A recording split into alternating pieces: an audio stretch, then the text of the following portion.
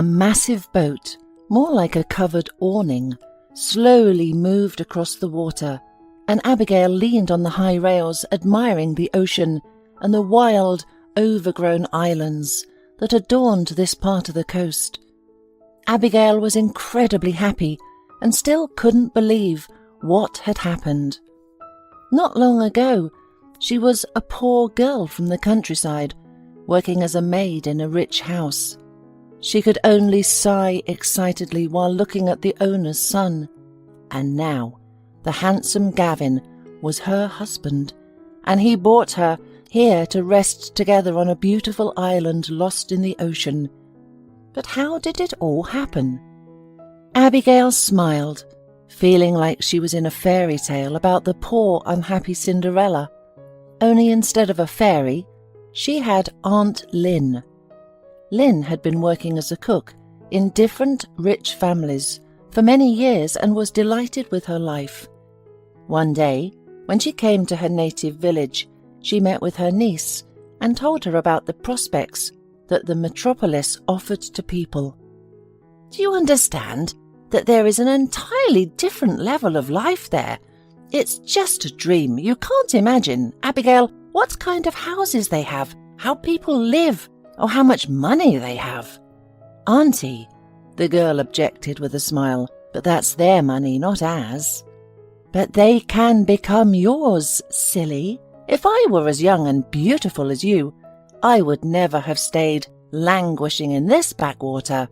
Tell me, what prospects await you here?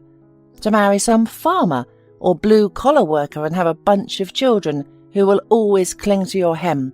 Is that what you want?" "Auntie, why are you exaggerating so much? Of course, I'm not going to get married now. Ben and I are just dating, but I am willing to become his wife and have a couple of charming kids with him." "What does your Ben do?" "He's an auto mechanic." "That's it. Stop talking about him, please. I spent 15 years turning someone like your Ben into a normal person, and to no avail. Believe me, dear, it's impossible. I regret one thing, that I wasted those years instead of living like a human being." Abigail understood that it was pointless to argue with her aunt, but she still listened to her stories about the lives of wealthy people with pleasure. After spending a week at home, Lynn left again, and Abigail parted with her cheerful and optimistic aunt with great regret, especially since she could not come earlier than a year later. But it was not even a month later when Lynn called Abigail and demanded that she drop everything and fly to her immediately. "Abigail, we have a vacancy for a maid here, and I recommended you to my employers. Buy a plane ticket and come here. The vacancy won't wait." "Auntie, are you crazy?" exclaimed Abigail, feeling, however, how strongly her heart was beating. "What will Ben say?" "What difference does it make to him? Who is he to you? If he likes it, let him sit in his car shop and poke around in other people's cars, instead of buying himself a normal, decent car." "Auntie, we already talked about this. He doesn't have the money for it." "Then let him shut up and not interfere with you earning money." But Ben did not remain silent, and when Abigail told him that she wanted to leave, he got angry. "I can't go with you. You know perfectly well that I have a sick mother, and in addition to everything else, I take care of her." "Then I'll go alone. Ben, understand, I also want to work. My aunt says they pay well there." Abigail affectionately took her fiancé's hand, but he jerked it away. "You're just like everyone else. You only care about money. Have you thought about how we'll be, you there and me here?" "Well, what's the big deal? Even married couples live separately if one of them goes to work far away." Abigail tried to object. "People can live however they want, but I have different principles. My wife should always be here by my side," Ben replied. "Well, I'm not your wife." "What difference does it make? We have something serious between us, and I was going to propose to you, but now I'm uncertain if I should," Ben said. "Well then, stay here with your principles," Abigail shouted, "and I'm leaving tomorrow, and I won't come back to you." "Suit yourself!" Ben exclaimed in anger, hitting the wall with his fist before storming off and slamming the door behind him. Abigail burst into tears. She didn't want to leave Ben and had hoped he would understand her, but now they had foolishly quarrelled and separated forever. After standing there for another minute, Abigail ran after Ben. She wanted to apologize and tell him that she wouldn't go anywhere, that she would stay with him. When she ran out into the street, Ben was getting into his old Ford. The girl called out to him, but Ben didn't even look her way and drove off without a glance back. Seeing this, Abigail felt angry at him and firmly decided to break up with him. The next evening, she boarded a plane that easily carried her away to a new life. Aunt Lynn had been right. Abigail enjoyed working together with her at the house of Mr. and Mrs. Shartoff. They were both no longer young people and treated their servants well, never delaying their salaries.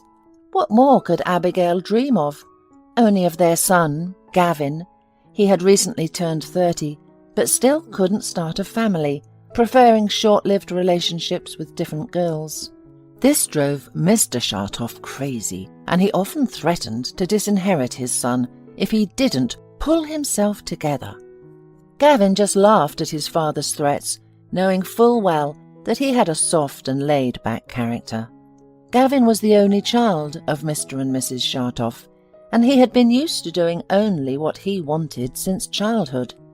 At the same time, he had an excellent education, spoke 3 languages fluently, and helped his father a lot in his business, though he remained a restless prankster in his personal life.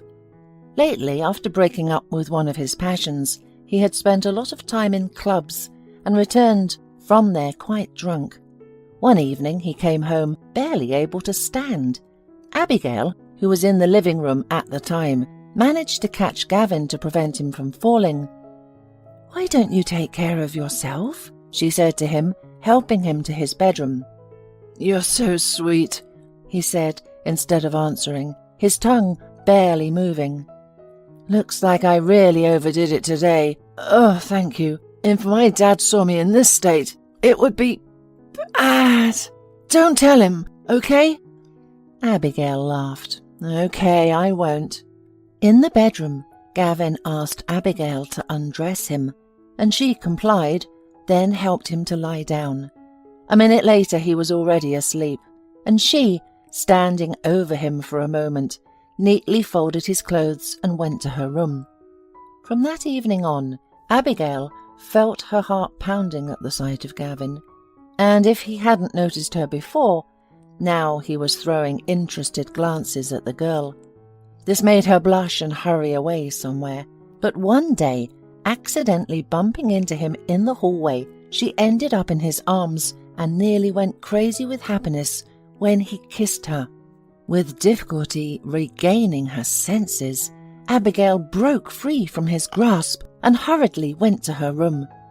Gavin, however, was not going to stop and began to constantly show her attention. And so in a very short time she fell in love with him, forgetting about everything else in the world.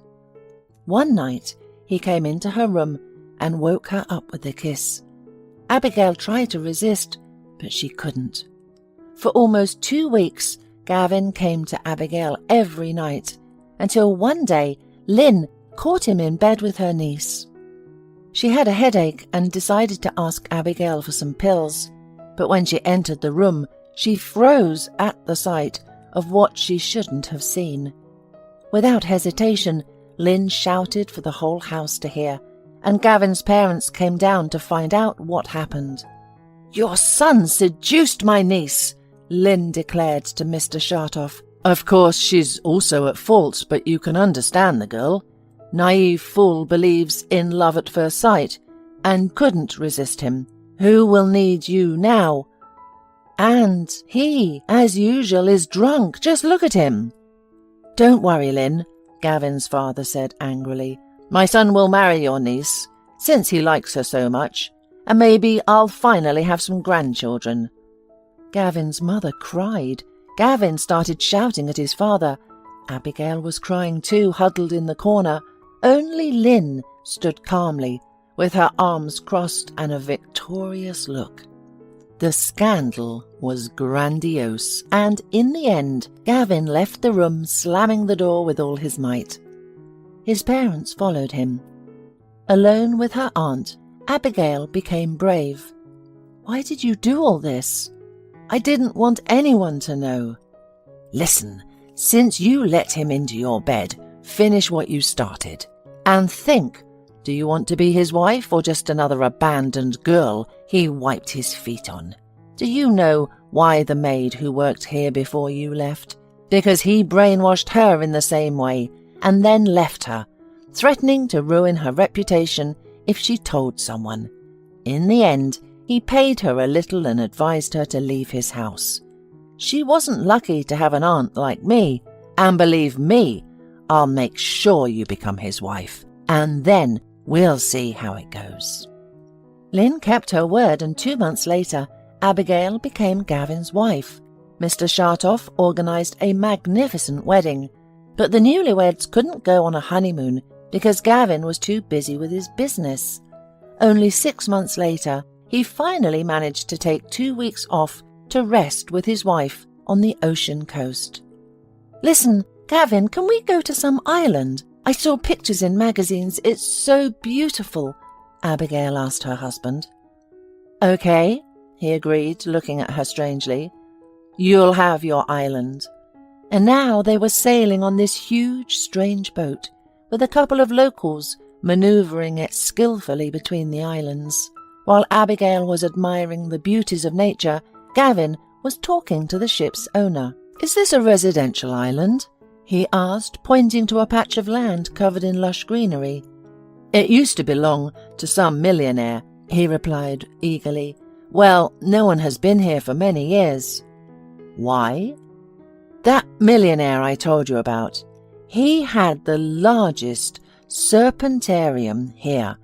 He got rich from snakes, grew, crossed and sold them, as well as harvested venom for sale. Something went wrong once. Anyway, after he didn't answer the calls for a long time, people came to the island and found the millionaire and his 5 assistants dead. They all died from snake bites. The millionaire lay in his bed, covered in dozens of snakes." "And what happened next?" asked the interested Gavin. "Nothing. The millionaire had no heirs and no will. I don't know who owns the island now. It has been abandoned for many years, but the snakes have multiplied incredibly. People are afraid to come here because it's a sure death," the captain replied. Gavin looked at the captain strangely but said nothing. Abigail, who didn't know any foreign languages, didn't understand anything from the conversation between her husband and their guide, and continued to admire the surroundings calmly. When their walk ended and they returned to the island where their bungalow was, Gavin hugged his wife. "Well, are you happy?" he asked. "Yes, dear, very much," she replied. She did not see how her husband winced at her words. He once again thought about how much he hated his own wife, who was forced upon him against his wishes. Gavin gave in, realizing that this time his father was not joking and would not forgive him. But how tired he was of this stupid peasant woman. Gavin was ashamed to show her to his friends. She was nothing like his fashionable, glamorous girlfriends. But he couldn't divorce her and lose his inheritance because of this wretch. And how could he get rid of this hated wife? There was no way out, and Gavin endured, waiting for the first convenient opportunity. And now it seemed that it had come. It was the perfect solution, to take his wife to an island teeming with snakes and leave her there. Later, he could say that he didn't even suspect the danger. No one will suspect him of evil intent. And who would accuse a grieving widower who lost his young wife? People would be told that they stopped on the island for only an hour. They wanted to be alone, feel like Adam and Eve. Who would judge them for that? Then he would tear, saying that while he was unloading the boat, Abigail went into the thicket. He heard her screams, rushed to help, but it was too late. His wife, bitten by poisonous snakes, died in his arms. But he himself managed to escape a terrible death, returning to the boat. Gavin smiled. The plan was magnificent. No one would suspect anything, and everything would work out as he intended. Abigail, on the other hand, had no idea, enjoyed her lunch with an appetite, and when her husband suggested another sea walk in the evening, renting a boat for this purpose, she eagerly agreed. "Gavin, darling, this is so romantic. I love you very much." "I love you too, dear," Gavin replied calmly. "Maybe we should ask our captain," she suggested. "You can't handle boats." "I wanted to ask him too, but it's not going to work. He left an hour ago. His daughter is getting married and he took 2 weeks off. Only his assistants are left here. But don't worry, the weather won't change and I'm not planning to sail far." "Or are you afraid?" Gavin smirked. "No, what are you talking about? I'm not afraid of anything with you." "Well, that's great." Gavin confidently piloted the small boat they had rented, while Abigail admired him and felt lucky to have him as her husband. Aunt Lynn was right, she thought. One should take everything from life, and Abigail was somehow lucky. "Listen," Gavin's voice rang out. "Let's approach this island. When I was a child, I was fascinated by Robinson Crusoe's adventures, and I couldn't miss the opportunity to feel like my favorite hero, and you'll be my Friday." "Why Friday?" Abigail was surprised. "Just don't tell me you haven't read this book." "No, I didn't have time to read. I helped my mother with the household chores and also worked with her on the farm." "Okay," Gavin smiled. "It doesn't matter. Actually, well, we docked. Welcome to the deserted island." "Why is it deserted? Look, there are some buildings over there." "Yes, exactly. Well, you can go and see what's there while I get our supplies out of the boat." Abigail took only a few steps along the overgrown path and immediately found herself in a real jungle. She turned around to call Gavin and saw him sailing away, leaving her on the island. "Gavin! Gavin, where are you going?" She rushed to him, but he didn't even turn at her voice. After a few minutes, he disappeared from sight, circling the island. Abigail was left alone. Confused, not understanding anything, the girl burst into tears. She did not expect such a move from her husband and was terrified. Abigail spent an hour on the shore, hoping Gavin would return soon. Then she decided to get to the house, hidden deep on the island, and see if there was a phone there. But as soon as she entered the surrounding jungle, she heard a vicious hissing and instinctively jumped back, screaming in horror. Several snakes were writhing under her foot, and a giant python hung from the nearest tree, swaying its triangular head. Abigail ran to the shore, only now noticing that the sand was marked with strange stripes. Snakes crawled out to bask in the sun, leaving their traces on the sand. Abigail yelled incessantly, and when she saw Gavin's boat, she fell unconscious on the hot sand. Gavin, pleased that his plan had worked, loaded his wife's lifeless body into the boat and hurried to his safe island. Then he carried her in his arms, planning to call for help. But then Abigail came to her senses, jumped to her feet, and attacked her husband, slapping him in the face. "You left me there! You left me!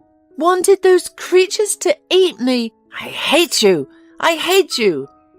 The bewildered Gavin tried to justify himself, but she didn't even listen and demanded that they return home immediately. "I beg you, don't tell my father anything." "Why, should I pity you? Didn't you pity me? I don't understand why you did this." "Because I wasn't supposed to marry you. I didn't want to." "What did you want? Just to have fun?" Do you think that's fair? I don't think so. I am also a living person with feelings and a soul. I married you not for money, but because I loved you. But don't worry. As soon as we get back, I will file for divorce myself, and I will tell your father that you are not to blame for anything. What do I owe you for this? Nothing. Just make sure I never see you again. A few days later, Abigail and Gavin were back home and filed for divorce. Aunt Lynn was shocked by her niece's decision, but Abigail never told her why she refused to stay married to Gavin. I'm going back home, she said. I don't need this beautiful life, soaked in hypocrisy and lies. Lynn just sighed in response. Abigail returned to her hometown, thinking about how much she wanted to see Ben. She even went to his auto repair shop, but it turned out that he no longer worked there. Don't you know, his partner Paul asked her, almost right after you left, Ben got into a car accident. He had a very hard time dealing with your breakup. He's dead?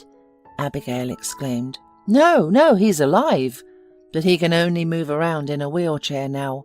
He needs money for treatment. We and our friends have pitched in, but it's just a drop in the bucket. Abigail didn't say anything else, turned around and walked away. At home, she called Gavin.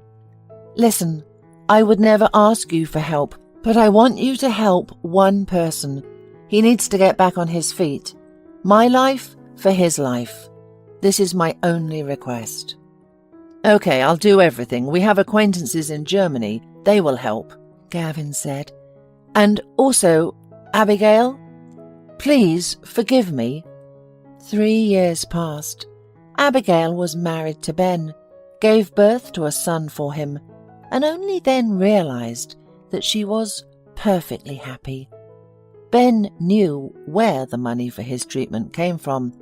Abigail confessed everything to him. We shouldn't part with you, Ben said. When we're not together, we make many mistakes. Yes, because happiness is only where there is love, Abigail replied, hugging her husband. Hola, suscríbete a Historias Vitales para no perderte nuevas historias. Mi esposa había estado trabajando en su proyecto especial durante 4 meses ahora. No era su proyecto personal, pero ella era la persona principal y responsable de su éxito. El proyecto estaba diseñado para salvar a su empresa, Bixler Enterprises. Los últimos 4 meses habían sido difíciles porque se vio obligada a trabajar duro. Era importante tanto para ella como para la empresa. Había una buena posibilidad de que Bixler Enterprises quebrara si el proyecto no se completaba. Sara tenía una licenciatura de Albrecht y un MBA de Wharton. Era la más inteligente de la familia.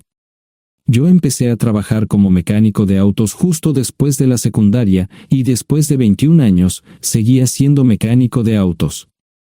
No me importaba porque me gustaba el trabajo y pagaba bien. Era suficiente para pagar la universidad de Sara y criar a 2 hijos.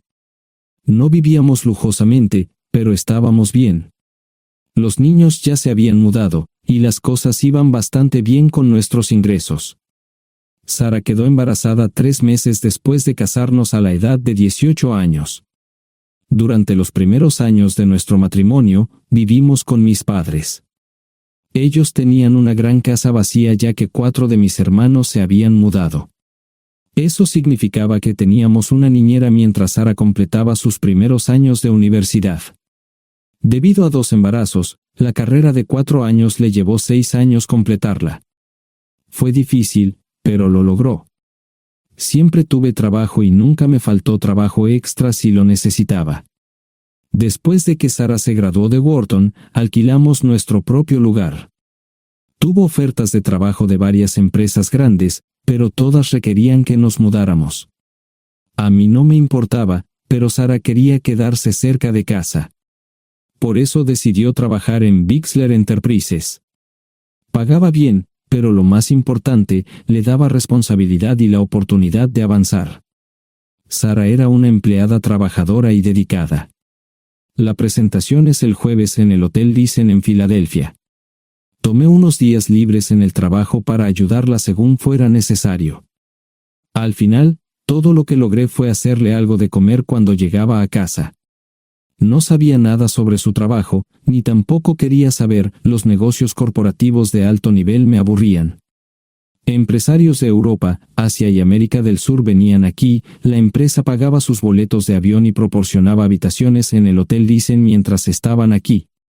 Era caro como el infierno, y por algunas cosas que Sara había dicho, la empresa estaba sobreestimando sus finanzas. Su presentación era importante para ella, para la empresa y para más de 200 empleados. Hasta el martes por la noche, todo iba bien. Sara llegó a casa con un traje nuevo, un traje gris con una blusa blanca. Desplegó todo lo que necesitaba en la cama de la habitación de invitados. Cuando se trataba de la limpieza de la casa, ella era normal, pero cuando se trataba del trabajo, era meticulosa. No entendía por qué necesitaba sacar su ropa interior de lujo, pero no dije nada. Además de su traje para la presentación, tenía varios vestidos de cóctel lindos para eventos sociales antes y después del evento. Siempre había evitado tales eventos, pero me sentía obligado a ir con ella si ella quería que lo hiciera. Me agradeció la oferta, pero dijo que no era necesario. Todos los materiales y equipos que necesitaba estaban guardados ordenadamente en el maletero de su Volvo. Antes de salir del trabajo, ella misma conducía el coche para asegurarse de que todo estuviera en perfectas condiciones. Tenía todo el día miércoles para prepararse y toda la noche del miércoles para socializar con sus invitados. Sara era tan buena en lo que hacía que sentía que habría sido mejor si simplemente me hubiera mantenido alejado de ella. Finalmente, había terminado. Lo había revisado y vuelto a revisar todo. Todo lo que necesitaba ahora era una ducha caliente y una buena noche de sueño.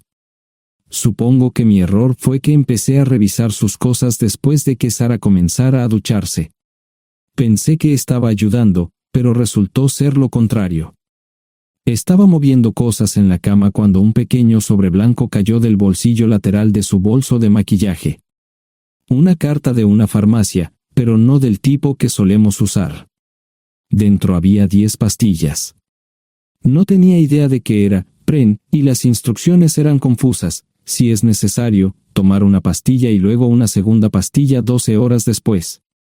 Pensé que podría ser algo que ella había conseguido para la ansiedad o los nervios, pero las instrucciones no tenían sentido.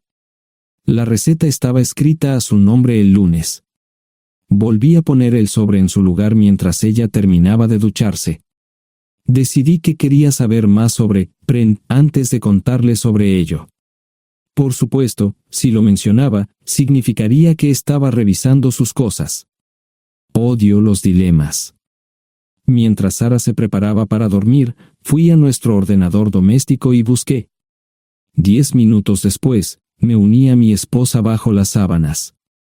Pasé toda la noche despierto, preguntándome por qué mi esposa había recogido una receta para la píldora del día después, especialmente después de que me hicieran una vasectomía hace 10 años. A la mañana siguiente, me levanté temprano, pero no estaba descansado. Di un largo paseo, esperando que despejara mi mente. Me dirigí hacia casa con reticencia, temiendo lo que podría hacer o decir cuando llegara allí. Mi hijo Joe se unió a la Marina después de la escuela secundaria y estaba en su primer año en San Diego. Nuestra hija Gloria se casó con su amor de la infancia el año pasado y acababa de mudarse a Dallas. Eso dejaba solo a Sara y a mí. Echaba de menos a los niños, pero esperaba envejecer con mi esposa. Ella era la única mujer que me había interesado, y ahora todo estaba. Si Sara estaba teniendo una aventura, lo ocultaba bien. Por supuesto, nunca la vigilé. Nunca miré sus correos electrónicos o llamadas telefónicas. No tenía razones para hacerlo. No tenía forma de saber qué estaba haciendo en el trabajo o después del trabajo. Confiaba en ella completamente. Ion, ¿dónde demonios has estado?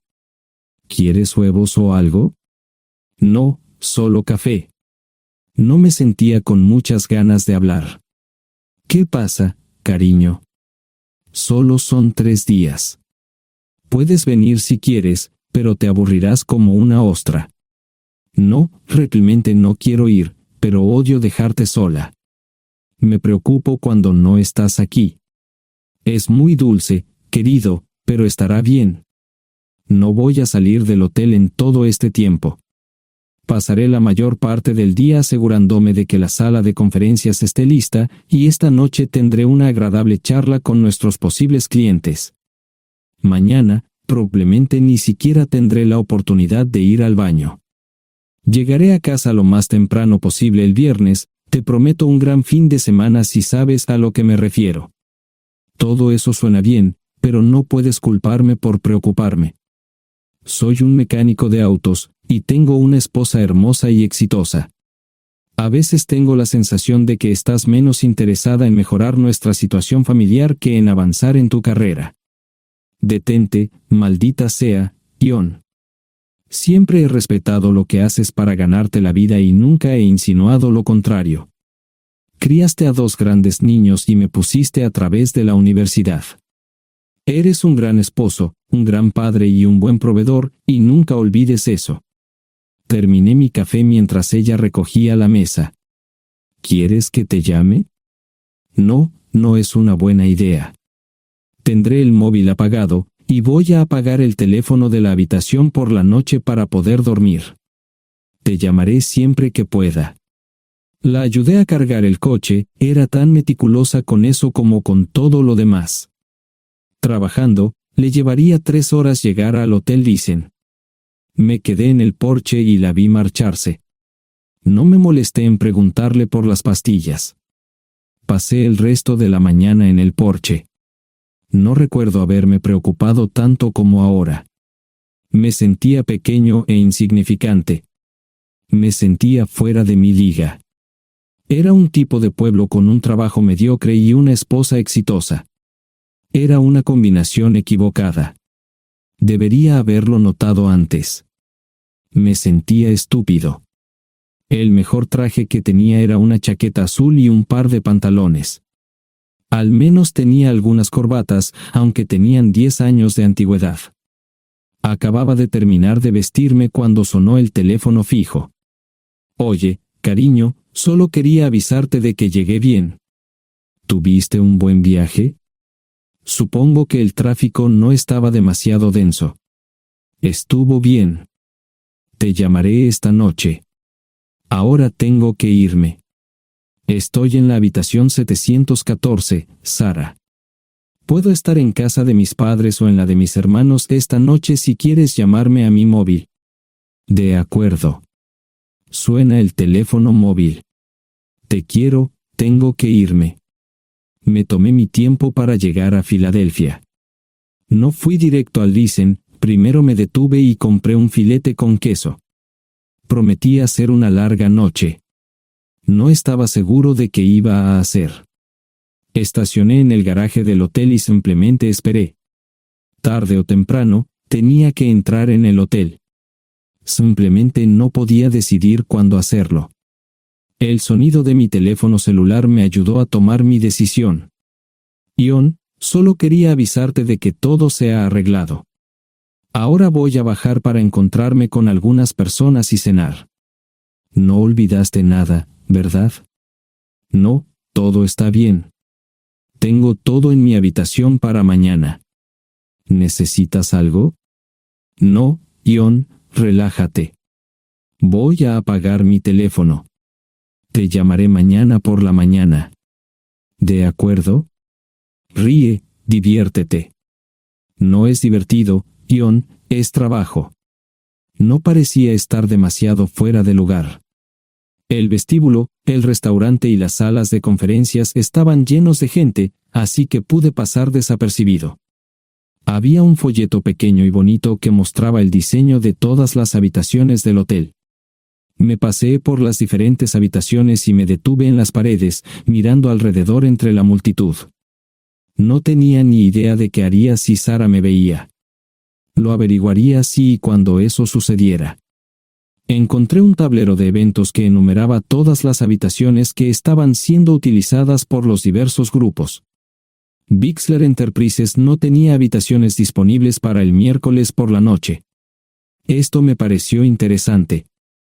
Sarah había dicho que no iba a salir del hotel, pero ahora no estaba tan seguro de eso. Había 3 comedores, familiar, informal y de alta cocina. A Sarah no le gustaba mucho cenar con niños, así que fui primero al comedor informal.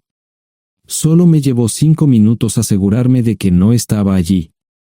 Tuve mejor suerte en el salón gourmet, era una acogedora mesita encajada en la esquina, el tipo de mesa que la gente reserva para tener un encuentro privado.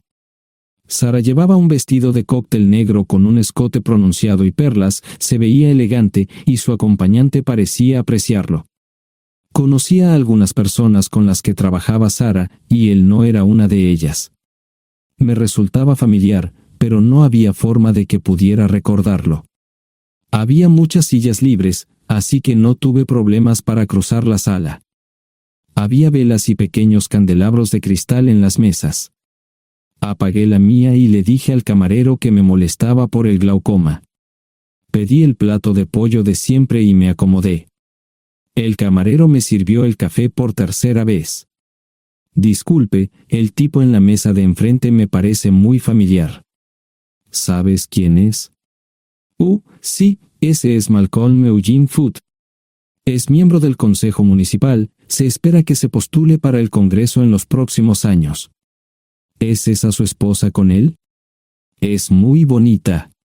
No, esta es la primera vez que la veo. Siempre usa esa mesa para señoras especiales, si me entiende. Simplemente le sonreí y pedí la cuenta. Nunca había visto a Sarah tan sensual con un hombre antes. Parecía captar cada palabra que decía, como si fuera Dios o algo así. No estaban haciendo nada inapropiado, pero tampoco era platónico ni profesional. Cuando me fui, estaban terminando su segunda botella de vino. Ahora entendía por qué se había llevado su lencería elegante. Me acomodé en una esquina del vestíbulo para que no me vieran. 10 minutos después, salieron del restaurante. Ella le tomaba la mano mientras caminaban por el vestíbulo hacia el ascensor. Observé cuidadosamente los indicadores de piso. Que el ascensor se detuviera en el tercer piso era una buena señal, significaba que no lo había llevado a su habitación. Era una mala señal cuando el ascensor no llegaba al 7º piso, significaba que ella fue a su habitación. Por si acaso me equivocaba en algo, me senté en el vestíbulo y observé el ascensor durante 1 hora. La gente entraba y salía, pero Sarah no estaba entre ellos. Saqué mi maleta vacía del coche y me dirigí al mostrador de recepción. Aunque podía demostrar que era su esposo, me costó trabajo conseguir una tarjeta llave. Se dieron después de llamar a la habitación, pero nadie respondió. Finalmente, estaba en camino a la habitación 714 con la tarjeta llave. Ni siquiera encendí las luces al principio, simplemente me senté en la oscuridad de la habitación durante más de 1 hora. No fue difícil asegurarme de que no regresara a la habitación. Primero, empacé todas sus ropas y pertenencias personales. No dejé nada atrás. Revisé el paquete de Preven, todavía quedaban 10 pastillas en el tocador. De manera muy ordenada, estaban todos los artículos que necesitaría para su presentación al día siguiente. Comencé a llenar la maleta. Había 24 carpetas promocionales especialmente encuadernadas y otras 20 carpetas regulares, todas ellas fueron a la maleta. Un proyector digital fue lo siguiente, seguido de una computadora portátil. Tomé su bolso y su celular, que había dejado en la habitación, todo lo que tenía consigo era un bolso de mano y probablemente un tubo de lápiz labial. Di una vuelta por la habitación tan cuidadosamente como lo hizo ella para asegurarme de no perder nada. Una vez satisfecho, dejé las llaves del coche y mi anillo de bodas en el tocador. Aparte de esos 2 objetos, la habitación estaba completamente vacía. El ascensor se dirigió directamente al estacionamiento, no tuve problemas para llevar 2 maletas, y 20 minutos después, estaba en la autopista rumbo al norte. Pasaban las 3 de la madrugada, no tenía idea de que había pasado tanto tiempo. 1 hora o 2 después, sonó mi teléfono celular, la identificación de llamadas mostraba el número del Listen. ¿Ion? Sí, ¿dónde estás? Estaré en casa pronto. Eso fue todo lo que dije, hubo silencio en el otro extremo de la línea. Los vendedores tienen un viejo dicho, el primero que habla pierde. Pareció una eternidad antes de que ella hablara. Ion, lo siento.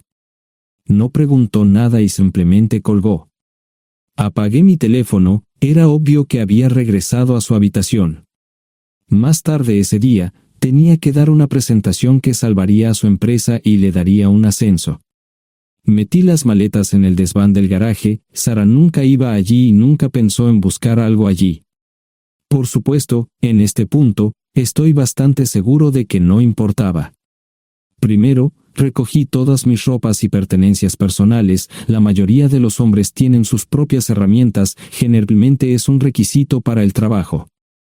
Pasé por la tienda, cargué las mías en el Subaru y recogí mi último cheque de pago. Para entonces, los bancos ya estaban abiertos, no tuve que hacer ninguna manipulación financiera complicada. Simplemente retiré todo el dinero de mis cuentas.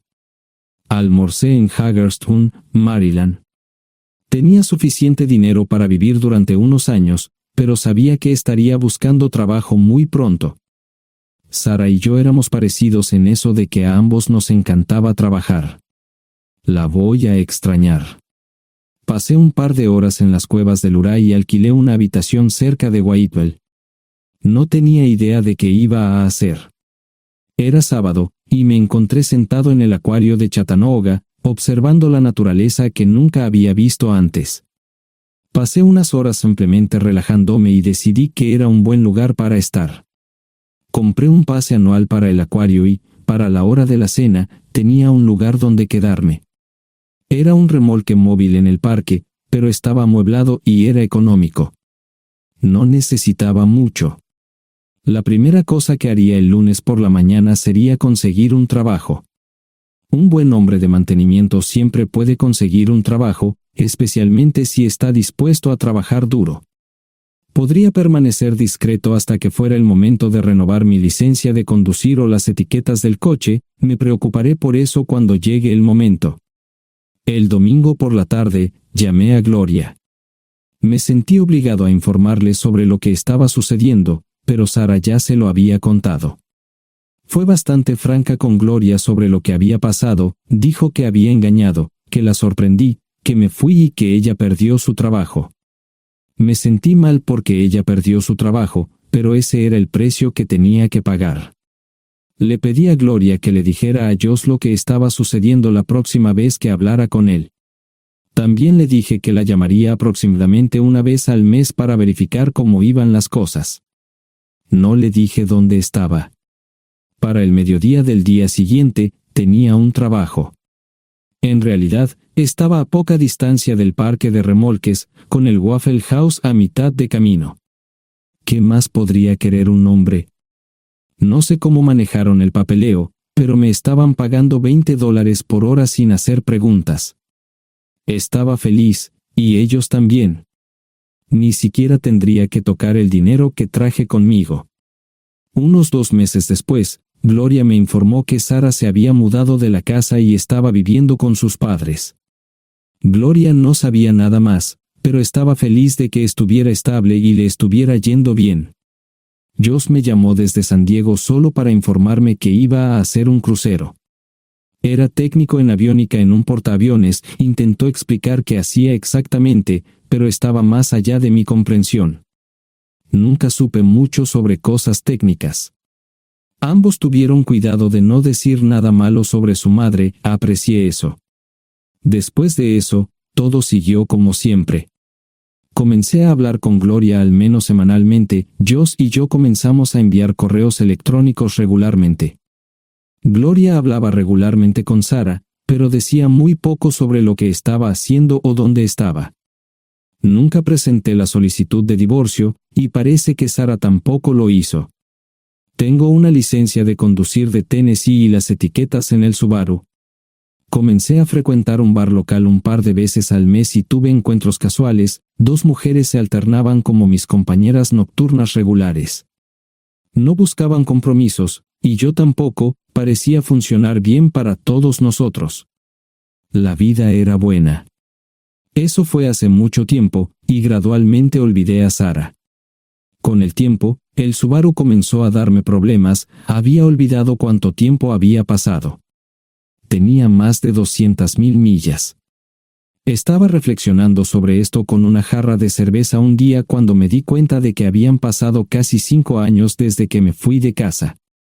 Mantuve un contacto cercano con ambos hijos. Gloria ya tenía 2 hijos propios en este momento y quería que los visitara.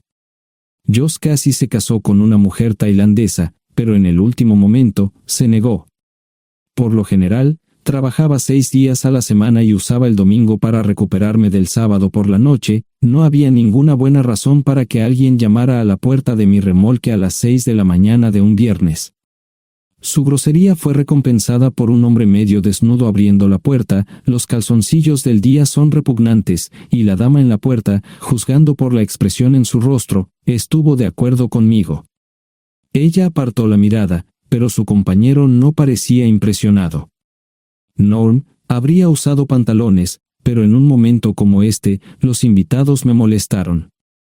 Estamos buscando a John Terrell. No los conozco. Me llamo David Simmons, y esta es mi esposa Mara. Tenemos un problema y esperamos que nos puedas ayudar. Lo siento mucho, no trabajo a altas horas de la noche. Si necesitan algo relacionado con su auto, tendrán que ir a la tienda. Esto provocó varias miradas en blanco y finalmente una respuesta. No tiene nada que ver con tu trabajo, es más un problema personal. ¿Podemos entrar? El interior del remolque lucía desordenado, rara vez tenía invitados, así que rara vez lo limpiaba. Incluso mis novias insistían en que fuéramos a su lugar. Hagan como en su casa, déjenme ponerme los pantalones enseguida. Al entrar en el dormitorio, dejé la puerta abierta solo para mostrarles lo hospitalario que soy. También me puse una camisa. ¿Les gustaría tomar café? Solo tomará unos 10 minutos. Aparté algunas cosas del sofá para que pudieran sentarse. No hubo respuesta a la pregunta del café. Tenemos una hija adoptiva de 4 años y otra de 2 que necesita un trasplante de médula ósea, y esperamos que nos puedas ayudar. Estamos dispuestos a pagarte si es necesario. ¿Con mi médula ósea? No, queremos usarla y estamos dispuestos a compensarte por cualquier inconveniente. Creo que quieren comprarla. Estaba actuando como un listillo, y de repente me di cuenta de ello. Estas personas eran serias, tenían un problema real y estaban buscando ayuda. Lo siento mucho, no quise interrumpir. Por favor, continúen. Nuestra mejor oportunidad de encontrar un donante es un familiar cercano. Eres nuestra mejor esperanza. Mira esto. No quiero ser un grosero, pero creo que se equivocaron de persona. ¿Cuándo nació su hija? Cumplirá 5 años en julio. Marcia Simmons habló por primera vez, y sonó sincera. Odio ser el portador de malas noticias, pero me hice una vasectomía hace 15 años. No hay forma de que pueda ser su padre. ¿Por qué tu nombre estaba en el certificado de nacimiento? No puedo responder eso, tal vez deberían preguntarle a su madre. Esa afirmación fue recibida con silencio. Sentí pena por estas personas, pero no sabía cómo ayudarles. ¿Cuál es el nombre de la madre? Sarah Lise Terrell. No encontraba las palabras. Tal vez no debería haber tomado esas malditas pastillas de ella, por supuesto, entonces esas personas no tendrían una hija en absoluto. Todo lo que pensaba que había superado el dolor, y aquí está de nuevo, viejos recuerdos de mi esposa teniendo relaciones sexuales con ese maldito político de Filadelfia. Estaba empezando a olvidarlo todo, y ahora estaba de vuelta. Maldita sea. Ahora entiendo y pido disculpas por mi grosería e insensibilidad. Haré todo lo que esté en mi poder para ayudarles. En primer lugar, porque no puede Sara hacerse un trasplante de médula ósea. Médicamente, no puede. ¿Por qué no? Es madre, tiene que ser una donante adecuada. O, ella es una donante adecuada, pero está demasiado enferma. Los médicos se negaron siquiera a considerar utilizarla. ¿Enferma de qué? Está muriendo de insuficiencia hepática. Le quedan menos de 6 meses de vida. Esto no tiene sentido. Siempre ha estado perfectamente sana. Además, no creo que un hígado enfermo le impida donar médula ósea. El hospital no aceptará su firma en el formulario de consentimiento. ¿Estás diciendo que hay algo mal en su cabeza? Ambos me miraron en silencio, sabían la respuesta, pero no querían decirlo. En ese momento, no quería que se sintieran aún más incómodos. Hace 10 minutos, no me importaban, pero ahora sentía que tenía que protegerlos y ayudarlos. ¿Cómo sucedió esto? ¿Podría alguno de mis hijos ayudar? Quizás, pero pensamos que eras nuestra mejor esperanza. ¿Por qué no van tras su padre, su verdadero padre? Pensamos que eras tú. No tenemos ni idea de quién más podría ser. Sara no nos dijo nada sobre otro posible padre.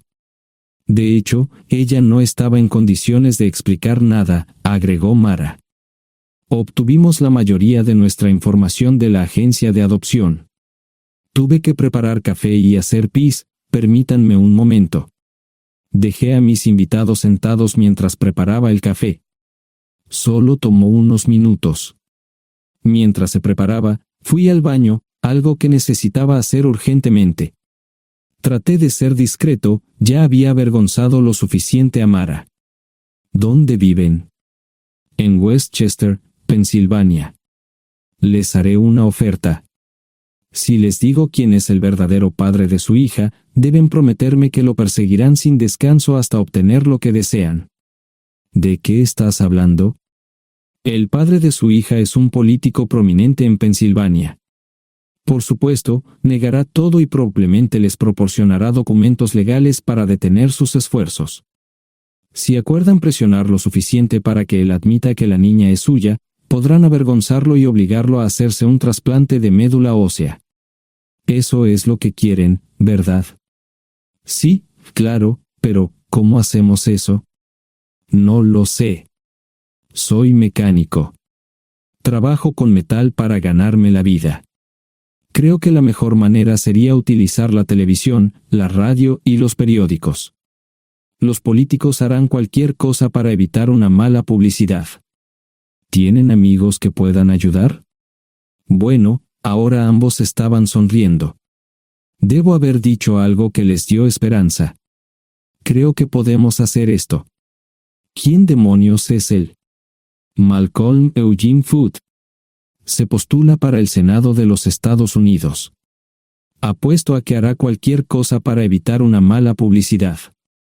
El café estaba listo, pero David y Marchen no podían esperar para llegar a casa. Antes de irse, les dije cómo ponerse en contacto con Gloria y Josh en caso de que los necesitaran. Estaba seguro de que ayudarían. También les pedí que me dijeran dónde estaba Sara. Probablemente estaría en Pensacola antes de que ellos regresaran a Westchester. Me corté el pelo y compré una camisa nueva. Sara era una tramposa que arruinó mi vida, pero aún así quería lucir bien cuando la viera. Era otro remolque, pero esta vez era un bonito doble nuevo. Allí estaba su Volvo con una llanta desinflada y un parabrisas roto. La mujer que abrió la puerta no era Sara, parecía que la habían empapado fuerte y la habían dejado empapada. Tenía al menos 45, tal vez 50, y debió haber tenido una vida difícil. La falta de maquillaje no ayudaba, y simplemente se veía horrible. No tuve la oportunidad de abrir la boca. Caray, si no es John Terrell. Nunca esperé verte aquí. Tuve que usar la vieja línea, me estás poniendo en desventaja. Sherry Hart. Pasa, entra. ¿Quieres una cerveza? No, pero gracias. Estoy aquí para ver a Sara. Cerri cruzó la habitación y se detuvo en el buffet del comedor. Aquí está, Ion.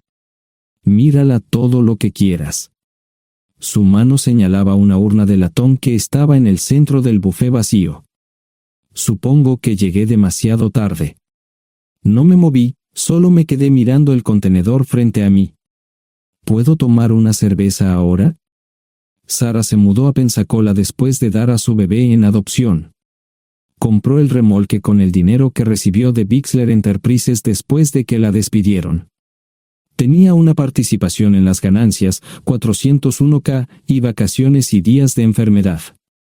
Eventualmente, consiguió un trabajo en una fábrica local de prendas de vestir donde trabajaba en el departamento de envíos. Allí fue donde conoció a Cerri. Cerri alquilaba una habitación de Sara. Cada centavo que Sara ganaba iba para el alcohol. Empezó con vino y gradualmente pasó a bebidas más fuertes, las más baratas.